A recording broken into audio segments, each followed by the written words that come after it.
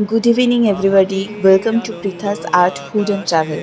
আজকে তোমাদের জন্য নিয়ে চলে এসেছি তেলে ঝালে সর্ষে পাবদার রেসিপি।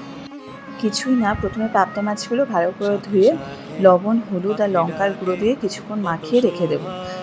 ততক্ষণে সাদা কালো সর্ষে, পোস্ত আর দুটো কাঁচা লঙ্কা মিক্সিতে পেস্ট করে নেব। এরপর গরম তেলে মাছগুলো ফ্রাই করে তুলে নিয়ে তার মধ্যে কালো জিরা, শুকনো লঙ্কা ফোড়ন দিয়ে পেঁয়াজ কুচি আর টমেটো কুচি দিয়ে দেবো। টমেটোটা যে একটু গলে যাবে তখন তার মধ্যে সর্ষে পোস্তর পেস্ট আর কিছুটা জল দিয়ে নাড়াচাড়া করে লবণ, হলুদ গুঁড়ো, সামান্য চিনি দিয়ে একটু ঢেকে দেবো। এরপর যখন ঝোলটা ফুটতে থাকবে তখন ওই ফোটার ভেতরে ভাজা মাছগুলো দিয়ে দেবো। ব্যাস, লাস্টে নামানোর আগে একটু ধনেপাতা কুচি দিয়ে নাড়াচাড়া করে নামিয়ে ফেলবো। তাহলেই রেডি তেলে ঝালে সর্ষে পোস্ত পাবদা।